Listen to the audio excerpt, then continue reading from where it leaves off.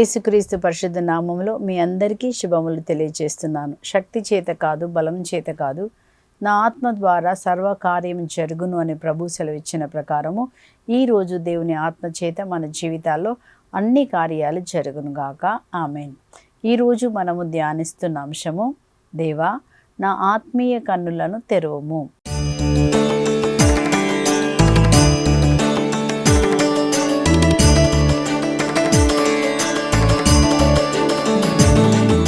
ఈ ప్రార్థన దావీదు రాజు గారు చేస్తారు. కీర్తన 119:18 వచనంలో మనం ఈ విధముగా చదువుతున్నాము. దావీదు రాజు ఏమని ప్రార్థన చేస్తున్నారంటే, దేవా నా ఆత్మీయ కన్నులను తెరువుము, ధర్మశాస్త్రమునందలి అద్భుత విషయములను నేను చూచున్నట్లుగా. ఆత్మీయ కన్నులు తెరవబడితే ఏం జరుగుతుందంటే, అద్భుత కార్యములు చూచినట్టుగా. దేవా అద్భుత కార్యములు చూసినట్టుగా. ఎక్కడంటండి? పరిశుద్ధ గ్రంథంలో ఏమని రాయబడిందో ప్రభు, అద్భుత కార్యం చూడాలంటే మన ఆత్మీయ కన్నులు తెరవబడాలి అని వాక్యంలో మనం చదువుతున్నాము. ఒక ముఖ్యమైనటువంటి అంశం ఏంటంటే, మనకెప్పుడు అద్భుతం మనం చూస్తాము, ఎప్పుడు మన జీవితంలో భయం తొలగిపోతుంది, నిరాశ తొలగిపోతుంది అంటే మన ఆత్మీయ కన్నులు తెరవబడినప్పుడు. అంటే మనం పరిశుద్ధాత్మతో నింపబడినప్పుడు. పిరికి ఆత్మ కాదు, ధైర్యపరిచే ఆత్మ మనలోకి వస్తారు. పిరికి ఆత్మ తీసివేయబడి పరిశుద్ధాత్మ వచ్చినప్పుడు మనకేమిస్తారు? ధైర్యం. అంటే ఏ పని మనం చేయలేకపోతున్నామో, ఎక్కడ మనం భయపడుతున్నామో, దేన్ని చూసి వేదన పడుతున్నామో దాన్ని జయించే శక్తినే పరిశుద్ధాత్మ మనకు శక్తినిచ్చి మనకు ముందుకు నడిపిస్తారు. కాబట్టి దేనికోసం ప్రార్థన చేయాలి? ప్రతి ఉదయం లేచి, దేవా నన్ను నీ ఆత్మతో నింపండి. పరిశుద్ధాత్మ నింపినప్పుడు ఆ రోజు నువ్వేం పని చేయాలో చేయడానికి కావాల్సిన శక్తి ఆత్మ ద్వారా మనకి ఒసగబడుతుంది. కనుక ప్రతిరోజు ప్రార్థన చేయాలి, దేవా నన్ను నీ పరిశుద్ధాత్మతో నింపండి. లూకా సువార్త 13:11 వచనంలో ఏమని రాశారు? యేసుప్రభు ఏం చెప్పారంటే, తండ్రి తన అడుగు వారికి ఎంతగా పరిశుద్ధాత్మనిస్తారు. ఎందుకంటే పరిశుద్ధాత్మ లేనిది మనం ఏ పని చేయలేము, పరిశుద్ధంగా ఉండలేము, ఒక పని ధైర్యంగా ఉండలేము, చిన్న సమస్య వస్తే భయపడిపోతాము, కృంగిపోతాము.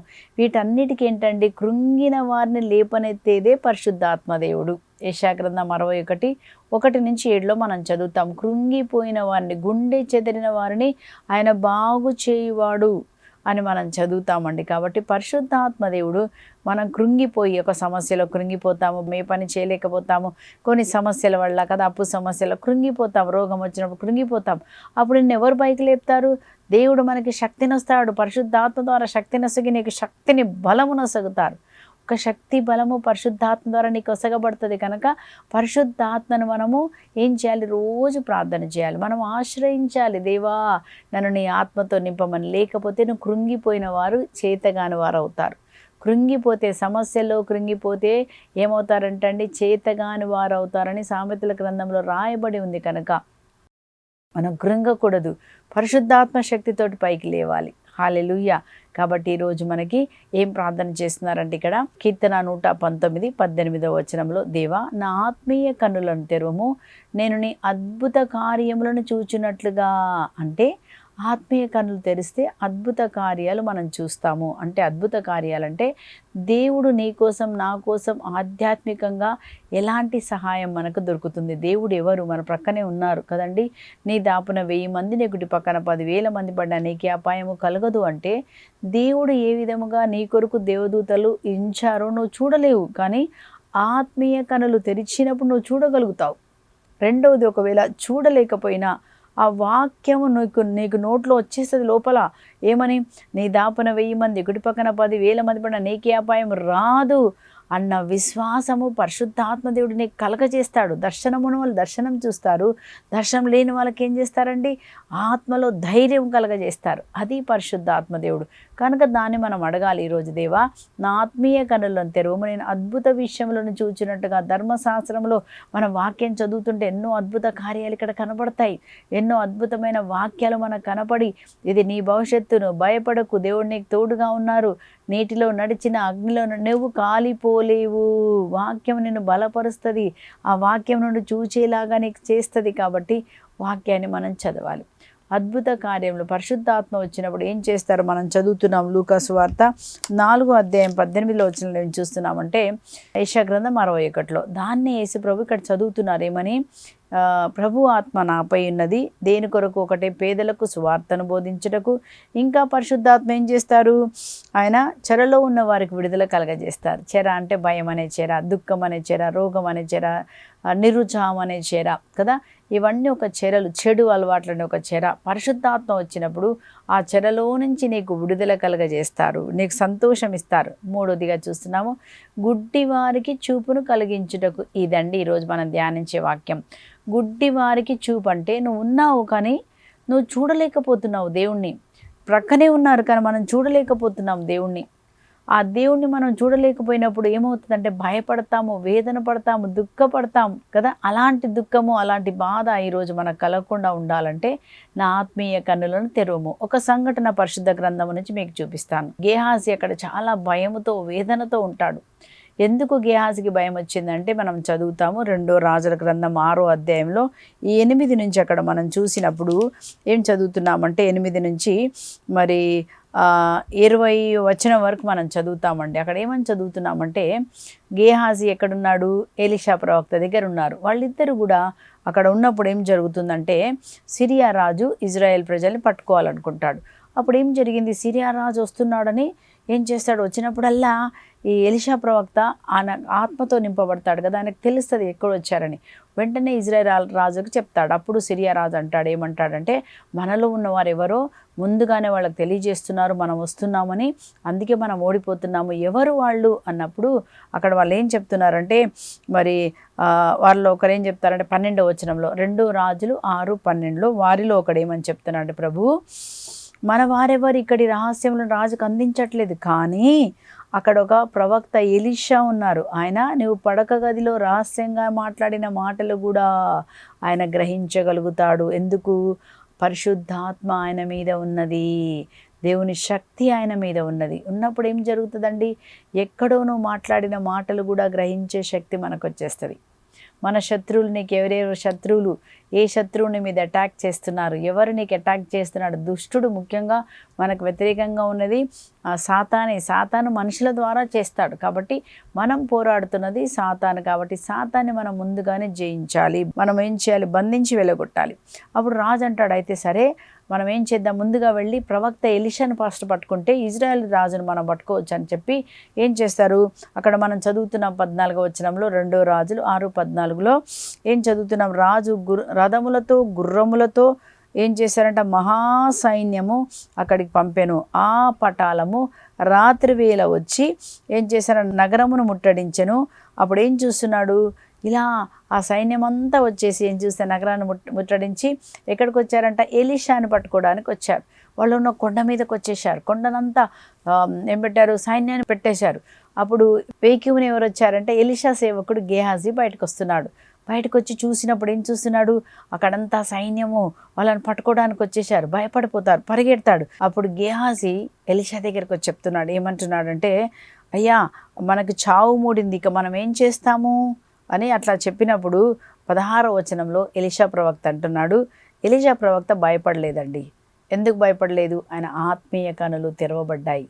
ఆయన ఆత్మీయ కనులు తెరవబడి ఏం చూస్తున్నాడు? ఇక్కడ మనం చదువుతున్నాం. కానీ ఎలీషా అంటున్నాడు, నీవు భయపడకము, వారి వైపున పోరాడు, వారికంటే మన వైపున పోరాడు వారే ఎక్కువ మంది ఉన్నారు. నాకు అర్థం కాలేదు, మన వైపు పోరాడవారు ఎవరు, మనం ఇద్దరమే కదా అని అనుకుంటున్నాడు. కానీ అప్పుడు ఎలీషా ప్రవక్త అంటున్నాడు, దేవునికి ప్రార్థించి, ప్రభు ఇతనికి దృష్టి దయచేయము.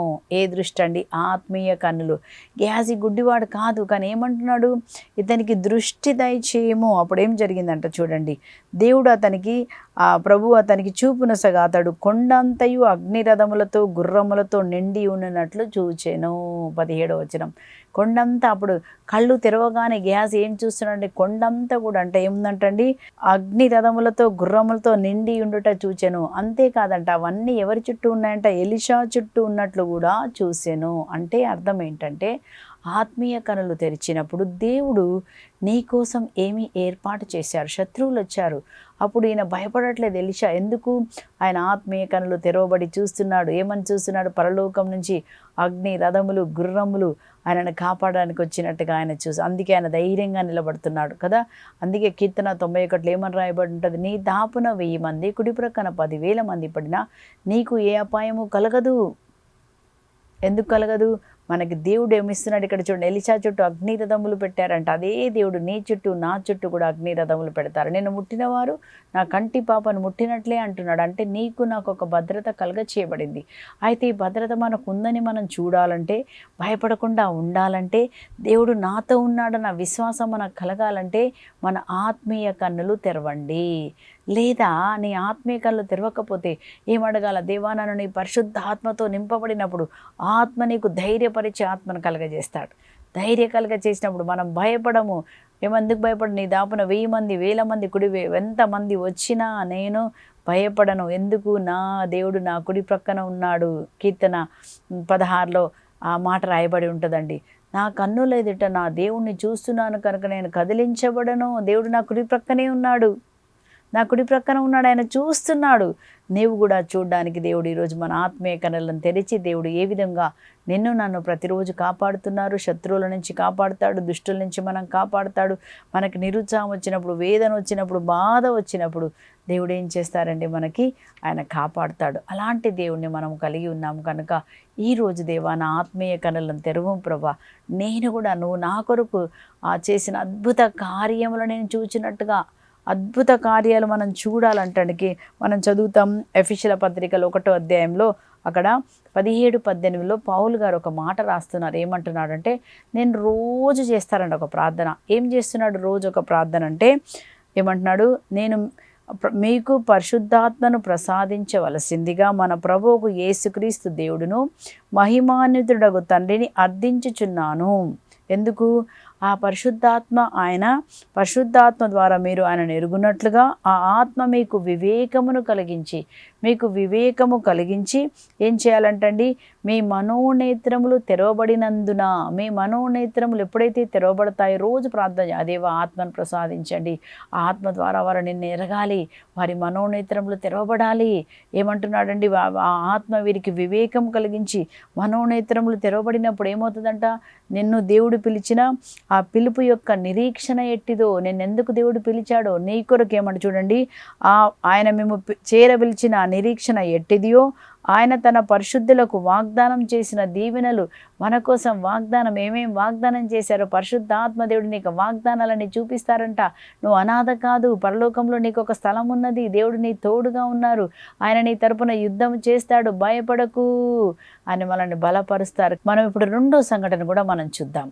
ఆత్మీయ కనులు తెరవబడినప్పుడు ఏ విధంగా వాళ్ళు భయం నుంచి బయటకు వచ్చారు, ఏ విధముగా దుఃఖం నుంచి వారు బయటకు వచ్చారు. మనం చదువుతున్నాం 2వ సంఘటన లూకా సువార్త 24వ అధ్యాయంలో 13వ వచనం నుంచి మనం చాలాసార్లు చదివాం. ఎందుకంటే యేసు ప్రభు ఉత్థానమైన తర్వాత జరిగిన సంఘటనలు ఇవన్నీ కూడా మనం ధ్యానిస్తున్నాం. యేసు ప్రభు ఉత్థానమైన తర్వాత ఎవరెవరికి కనిపించారు, ఏం చెప్పారు ధ్యానిస్తున్నాం కదా. ఈరోజు మనం మరొకసారి లూకా సువార్త 24వ అధ్యాయము 13 నుంచి మనం అక్కడ ధ్యానిస్తున్నాం. ఎమ్మౌస్ మార్గంలో వెళ్తున్న 2 శిష్యులు వాళ్ళు ఎలా ఉన్నారంటండి? వాళ్ళు చాలా విచారంతో, బాధతో, దుఃఖంతో ఉన్నారు వాళ్ళు. అందుకోసమని బాధ దుఃఖంతో వాళ్ళు ఏమన్నారు? యెరూషలేములో ఉన్నారు. వాళ్ళు యెరూషలేములో ఎవరు అంటే వాళ్ళు యేసు ప్రభు శిష్యులు, అంటే యేసు ప్రభుతో పాటు పరిచర్యలో ఉన్నారు. యేసు ప్రభు నమ్ముకొని యేసు ప్రభు దగ్గర ఉండి ఈయన సర్వశక్తిమంతుడు, అద్భుత కార్యాలు ఆశ్చర్యక్రియలు చేస్తున్నాడు, జీవాధిపతి అని చెప్పి వాళ్ళు ఏం చేశారు? తమ జీవితాన్ని అర్పించి వాళ్ళు సంపూర్ణమైన పరిచర్యలోకి వచ్చి నమ్ముకొని ఉన్నారు. కానీ అప్పుడు ఏం జరిగిందంట? అక్కడ మనం చదువుతున్నాము, వాళ్ళు ఎప్పుడైతే యేసు ప్రభు మరణించిన తర్వాత అక్కడ ఎప్పుడైతే ఆ రోమా సైనికులు యేసుప్రభుని యూదులు రోమా సైనికులు ఆయన సిలువ వేసి చంపినప్పుడు వాళ్ళకి ఏం అర్థం కాలేదు. ఇప్పుడేంటి పరిస్థితి? జీవాధిపతినే వాళ్ళు చంపేశారు, ఇప్పుడు మా పరిస్థితి ఏంటి? యేసుప్రభు నమ్ముకున్నాం, అద్భుతాలు చేస్తారని మనం కూడా అంతే అనుకుంటాం కదా. ఇన్ని ప్రార్థనలు చేశాను, ఎంతగా దేవుని నమ్ముతున్నాను, ఇంత చేసినా నా జీవితంలో ఇలా జరిగిందేంటి? ఒక శూన్యం, ఒక భయము మనల్ని ఆవరిస్తుంది. అప్పుడు భయము ఆవరించినప్పుడు యేసుప్రభు ఏం చేశారు చూడండి, వాళ్ళని వదిలిపెట్టలేదు. అక్కడ మనం చదువుతున్నాము 15వ వచనంలో, వారిట్లు తర్కించుకొనుచుండగా యేసు తనకు తానుగా వారిని సమీపించి వెంట నడిచెను. చూసారండి, వాళ్ళు అలా భయపడుతున్నారంట. ఏమైందో, మమ్మల్ని ఎందుకు దేవుడు వదిలేశారో, ఇలా యేసు ప్రభు చనిపోయారా, ఇప్పుడు మన పరిస్థితి ఏంటి అని వాళ్ళు దుఃఖంగా యెరూషలేముని వదిలేసి వాళ్ళ ఊరికి వారు వెళ్ళిపోతున్నారు నిరాశతో. అప్పుడు నిరాశతో ఉన్న వారిని యేసుప్రభు వదిలేశారా? లేదండి, తనకు తానుగా యేసుప్రభువే వారి దగ్గరికి వచ్చి వారితో నడుస్తున్నారంట. కానీ అక్కడ ఏమని రాయబడింది 16లో, ఆయన మనిషిని చూశారంట, కానీ వారు ఆయనను గుర్తింపలేకపోయిరి. ఎప్పుడు గుర్తించమండి? వారి కన్నులు మూయబడి ఉన్నాయి. కన్నులు మూయబడి ఉండడం అంటే ఏంటండి? నీకు భయం వచ్చినప్పుడు భయమే కనపడుతుంది, నీకు దుఃఖముగా ఉన్నప్పుడు దుఃఖమే కనపడుతుంది, నీకు ఎక్కడ ఆశ కనపడదు, మార్గం కనపడదు, బయటపడే మార్గం కనపడదు. అలాగ వాళ్ళు ఆ నిరాశలో ఉన్నారు. మనం కూడా ఒకవేళ ఈరోజు అనారోగ్యం వల్ల నిరాశలో ఉన్నావా, అప్పు సమస్య వల్ల నిరాశలో ఉన్నావా, దుఃఖంలో ఉన్నావా? కానీ మన దేవుడు ఎవరైనా నిన్ను వదిలిపెట్టాడు, నీ కొరకు వస్తారంట. నీ కొరకు ఆయన ఏమన్నాడు? నిన్ను నేను అనాథగా వదిలిపెట్టను, తల్లి తండ్రి మరిచిన నేను మాత్రం నిన్ను మరవనంటే మన దేవుడు వ్యక్తిగతంగా మనల్ని ప్రేమిస్తున్న దేవుడు. నీ పేరు నాకు తెలుసు, ఒక్కొక్కరి పేరు తెలుసు అంటండి. ఒక్కొక్కరి గురించి ఆయన ఏం చేస్తాడు? అలా మనల్ని శ్రద్ధ వహించే దేవుడు మనం కలిగి ఉన్నాము కనుక ఆ దేవుడు వారు శ్రద్ధ వహించి వీరి దగ్గరకు వచ్చారు. వీరి దగ్గరకు వచ్చిన వాళ్ళు గుర్తుపట్టలేకపోయారు. గుర్తుపట్టలేదు. ఎందుకు పట్టలేదు? అక్కడ మనం చదువుతున్నాం. వాళ్ళు ఏమంటారంటే, మన ప్రధాన యాజకులు అధిపతులు ఆయనను మరణదండకు అప్పగించి సిలువ వేసిరి. మేము అనుకున్నాము ఇజ్రాయెల్ ప్రజలను రక్షిస్తాడనుకున్నాము, కానీ మాకు అట్లా ఏమీ కనపడలేదు అన్నప్పుడు యేసు ప్రభు చూడండి వాళ్ళని ఎలా బలపరుస్తున్నారు. ఆ నిరాశ దుఃఖంలో ఉన్న వారిని ఎలా ఓదారుస్తున్నారు. 25వ వచనంలో చదువుతున్నాము. యేసు వారితో ఏమంటున్నారు? ఓ అవివేకులారా. అవివేకులారా అంటే మీకు ఆ మాత్రం జ్ఞానం లేదా కదండి? అల్ప విశ్వాసులారా, ఆ మాత్రం విశ్వాసం లేదా? ఏమంటున్నారు చూడండి. ప్రవక్తల ప్రవచనములు అన్నిటిని మీరు నమ్మలేదు. ప్రవక్తలు ఏమని చెప్పారు? యేసుప్రభు గురించి ఏమని చెప్పారు? అది కొన్నే నమ్మారు. ఫస్ట్ పార్ట్ నమ్మారు. యేసుప్రభు వస్తాడు, రక్షకుడు పుడతాడు, పాపముల నుంచి రక్షిస్తాడు, అద్భుతాలు చేస్తాడు, ఇదే నమ్మారు. కానీ రెండోది కూడా ఆయన ఏమని చెప్తున్నారు? క్రీస్తు శ్రమలను అనుభవించి పెద్దల చేత నిరాకరించబడి సిలువ వేయడి 3వ దినమున లేస్తారు అన్న మాట మీరు నమ్మలేదా? మీరు దాన్ని మాత్రం చూసి ఎందుకు కృంగిపోతున్నావు? నీ సమస్య చూసి నువ్వు ఎందుకు కృంగిపోతున్నావు? ప్రస్తుత పరిస్థితిని చూసి నువ్వు ఎందుకు కృంగిపోతున్నావు? కానీ దానికంటే ఏం చూపించాలంటే యేసు తిరిగి మళ్ళీ లేస్తారు, ఈ దేవుడు మళ్ళీ లేస్తారు అన్నది మీరు ఎందుకు నమ్మలేదు? మీరెందుకు ఆ యొక్క వచనాన్ని మీరు నమ్మలేదు అని యేసుప్రభు ఏం చేశారంటండి? అప్పుడు ఒక్కొక్క వాక్యాన్ని వారికి బోధించినట్టుగా మనం చూస్తున్నాం. మోషే మొదలుకొని ప్రవక్తలందరి లేఖనంలో తనను గురించి రాయబడినవన్నీ వారికి వివరించెను. అన్నీ వివరించారు. ఈ విధంగా రాయబడినది చూడు, ఈ విధంగా రాయబడింది, నిజమే, యేసుప్రభు సిలువ వేయబడాలి, మరణించాలి, కానీ 3వ రోజు ఆయన తిరిగి లేస్తారు, ఆయన సజీవుడిగా ఉంటాడు, ఆది అంత్యము దేవుడే అని రాయబడిన వాక్యాలను మీరు నమ్మలేదా అని చెప్పి ఏం చేశారంటండి? ఆ విధంగా వారికి చెప్పిన తర్వాత సాయంత్రం అయిపోతుందంట. అప్పుడు వాళ్ళు అడిగారంట, దేవా సంధ్య వేళ పడుతుంది, మాతో ఉండండి. మనం కూడా అడగాలి. ఎప్పుడైతే దేవా ఒక చీకటిలో ఉన్నాను, నాతో ఉండండి, మీరు అనారోగ్యంలో ఉన్నాను, నాతో ఉండండి, శోధనలో ఉన్నాను, నాతో ఉండండి, భయంలో ఉన్నాను, నాతో ఉండండి అని యేసు ప్రభుని మన భయంలోకి పిలిచినప్పుడు యేసు ప్రభు అయితే ఎమ్మావుసు శిష్యులను బలపరిచారో మనల్ని కూడా వాక్యం ద్వారా నువ్వు వాక్యం వింటుండగా నీకు ధైర్యంని కలగజేస్తారు. వాక్యము శక్తి కలదండి, మనకు ధైర్యాన్ని కలగజేస్తుంది. కాబట్టి మనం ఏం చేయాలి? మనం కూడా ప్రభు పిలవాలి. వాళ్ళు అన్నారు మాతో ఉండిపోండి ప్రభు అన్నప్పుడు దేవుడు ఏం చేశారంటండి? ఈ చేయగా యేసు వారితో ఉండెను. అదే యేసు ప్రభు మనతో కూడా ఉంటారు. నేను నిన్ను అనాథగా వదిలిపెట్టానని చెప్పిన దేవుడు మనతో ఉంటారు. అప్పుడు యేసు ప్రభు ఏం చేశారంట? యేసు వారితో కూడా భోజనముకు కూర్చున్నప్పుడు ఆయన రొట్టె తీసుకొని ఆశీర్వదించి తుంచి వారికి ఇచ్చాను. చూసారండి, యేసు ప్రభు ఇప్పుడు ఏం చేస్తున్నారు? ఎప్పుడైతే ఆయన రొట్టె తీసుకొని త్రుంచినప్పుడు వారి కన్నులు తెరవబడెను. వాక్యం వింటున్నప్పుడు మన కన్నులు తెరవబడతాయి. యేసుప్రభు శరీర రక్తములను మనం స్వీకరించినప్పుడు మనం భయముతో ఉన్న మన కన్నులను తెరిచి మనం ఎవరమో దేవుడు చూపిస్తారు. అప్పుడు ఏం చూపించారు వాళ్ళు? 31లో మనం చదువుతున్నాం. దానితో వారికి కనువిప్పు కలిగాను. కనువిప్పు అంటే ఆత్మీయ కనులు తెరవబడ్డాయి. అప్పుడు ఏం చూస్తున్నారు? వారు యేసును గుర్తించిరి. ఈయన ఎవరో కాదు, యేసు ప్రభువే. యేసు ప్రభు ఎప్పుడైతే వాళ్ళు గుర్తించారో అప్పుడు ఏం జరిగిందండి? వాళ్ళు ఉన్నటువంటి దుఃఖం వెళ్ళిపోయింది, బాధ వెళ్ళిపోయింది, భయం వెళ్ళిపోయి వాళ్ళు అంటున్నారు, ఏమంటున్నారో చూడండి. ఆయన మార్గంలో మనతో మాట్లాడినప్పుడు, లేఖనములు మనకు వివరించినప్పుడు మన హృదయంలో ప్రజ్వరిల్లలేదా? అంటే ఆ హృదయంలో ఉన్న దుఃఖం వెళ్ళిపోయింది, బాధ వెళ్ళిపోయింది, నూతన అభిషేకం వారిలోకి వచ్చిందంట. అప్పుడు ఏం చేస్తున్నారు? వెంటనే అదే రోజు అదే క్షణంలో మళ్ళా తిరిగి యెరూషలేముకు వెళ్ళారంట. యెరూషలేం నుంచి వీళ్ళకి ఎమ్మౌస్కి 24 కిలోమీటర్లు అని చెప్తారు. అంత దూరం నుంచి వచ్చిన వాళ్ళు నిరుత్సాహంతో ఉన్నారు. కానీ ఏం జరిగిందండి? ఎప్పుడైతే దేవుడు లేఖనంలో వాళ్ళు విన్నప్పుడు వాళ్ళు ప్రజ్వరింపబడి తిరిగి లేచి మళ్ళీ వెళ్ళారంట. అదే విధముగా ఈరోజు మనం ఎక్కడైతే కునిగిపోయామో, వేదన పడ్డామో, బాధపడ్డామో, మనం ప్రార్థన చేసినప్పుడు దేవుడు కన్నులు తెరిచి నీకు చూపిస్తాడు. నీ భవిష్యత్తు అది కాదు బాబు, ఇదిగో బిడ్డ, భవిష్యత్తు నీకు ఇది, నీకు ఆరోగ్యం ఉంది, నిన్ను దేవుడు ఆశీర్వదిస్తున్నారు, బంగారు భవిష్యత్తు 29:11 ప్రకారం నీకు ఏర్పాటు చేయబడింది. నువ్వు భయపడకు, వేదన పడకు. ఇప్పుడు చూస్తున్న ఈ రోగం నీది కాదు, ఈ అప్పు సమస్యలను ఉండవు, కృంగస్థితులను ఉండవు, ఈ కొట్లాటలను ఉండవు. బయటపడే మార్గమును దేవుడే మీకు చూపిస్తారు. గేహాజీ కన్నులు తెరిచిన దేవుడు మనకు కూడా కన్నులు తెరిచి మనం ఎవరమో ఆయన చూపిస్తాడు.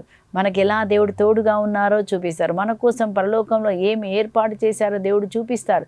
మన శత్రువులతో దేవుడే మాట్లాడతాడు. అదే అండి మన దేవుడు చేసే పని. అలాగే ఆదికాండంలో 21వ అధ్యాయంలో కూడా మనము అక్కడ ఆగర్ని మనం చూసినప్పుడు ఆగరు వేదన బాధతో ఉంటుంది కదా. అక్కడెక్కడ ఎట్లా ఉంటుందంటే ఆమె చాలా వేదన. ఆమె ఆ బెర్షెబా తిరుగుతూ చిన్నపిల్లవాడికి నీళ్లు కొంచెం కూడా లేదని కన్నీటితో ప్రార్థన చేసినప్పుడు అక్కడ ఏం చూస్తాం 19వ వచనంలో, దేవుడు ఆమె కన్నులను తెరిచినప్పుడు ఏం చూసిందండి? నీటితో నిండిన బావిని చూసెను.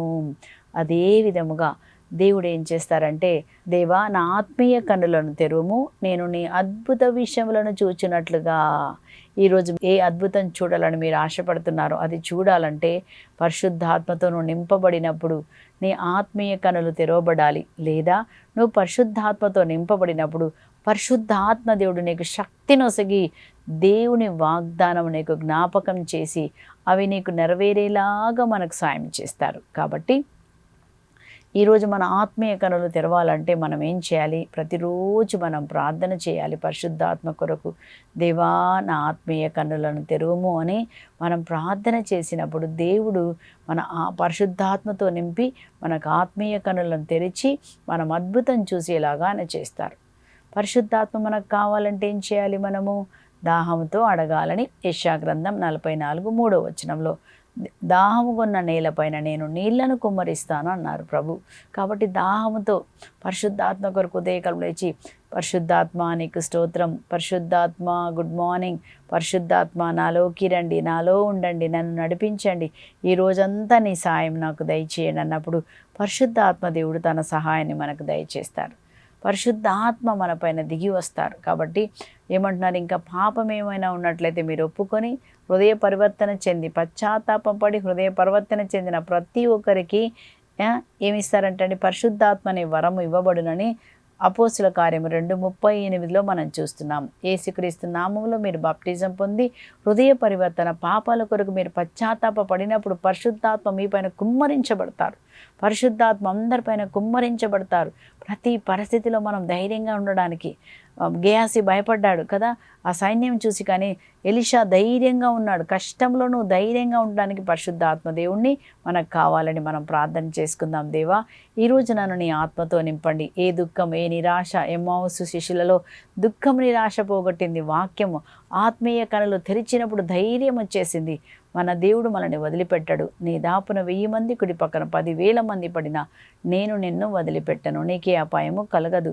దేవుడు నీకు చూపిస్తారు, నీకు ఎలాంటి భద్రత కలగజేశాడు, నీకు ఎక్కడ ఆహారం కలగజేశాడు, నీకు ఎక్కడ ఉద్యోగం కలగజేశాడు, నువ్వు ఎవరితో సహవాసం చేయాలి, ఇవన్నీ పరిశుద్ధాత్మ దేవుడు మనకి సాయం చేస్తారు. కనుక మనం ప్రార్థన చేసినప్పుడు దేవుడు నీకు చూపిస్తారు, నువ్వు ఎక్కడికి వెళ్ళాలి, నీకు ఉద్యోగం ఎక్కడుంది, నీకెవరు సాయం చేస్తారు, ఇవన్నీ పరిశుద్ధాత్మ దేవుడు మనకు చూపిస్తారు. కనుక ప్రతిరోజు మనం దేవా నన్ను నీ ఆత్మతో నింపండి అని ప్రార్థన చేసుకొని పెంతెకొస్తు పండుగ కొరకు మనమందరం కూడా మనం ఎలాగైతే 40 రోజులు ఉపవాసం చేశామో ఇప్పుడు ఈ పెంతెకొస్తు పండుగ కొరకు కూడా నీ పరిశుద్ధాత్మతో నన్ను నింపండి ప్రభా, ఇది ఒక్కటి మనకు అవసరం అండి. దానికోసం అప్పుడు ఫలములు వస్తాయి, ఆత్మ జ్ఞానం వస్తుంది, మనం ధైర్యంగా దేవుని యందు సాక్షిగా ఉండగలుగుతాం. ప్రార్థన చేసుకుందాం. పరిశుద్ధుడవైన తండ్రి, ప్రేమ స్వరూపుడవైన దేవా నా ఆత్మీయ కన్నులను తెరువము. ధర్మశాస్త్రమునందరని అద్భుత విషయంలో నేను చూచినట్లుగా నా ఆత్మీయ కన్నులు తెరువము ప్రభా అని ప్రార్థన చేసినట్టుగా మేము కూడా ఈరోజు అడుగుతున్నాం దేవా.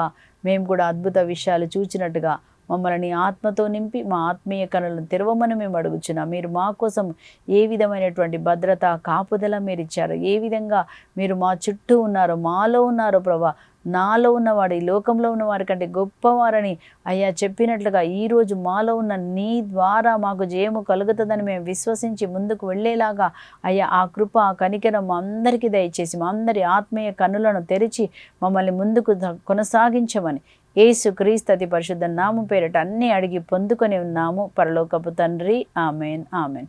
దేవుడు మీ అందరినీ దీవించును గాక. Praise the lord. God bless you.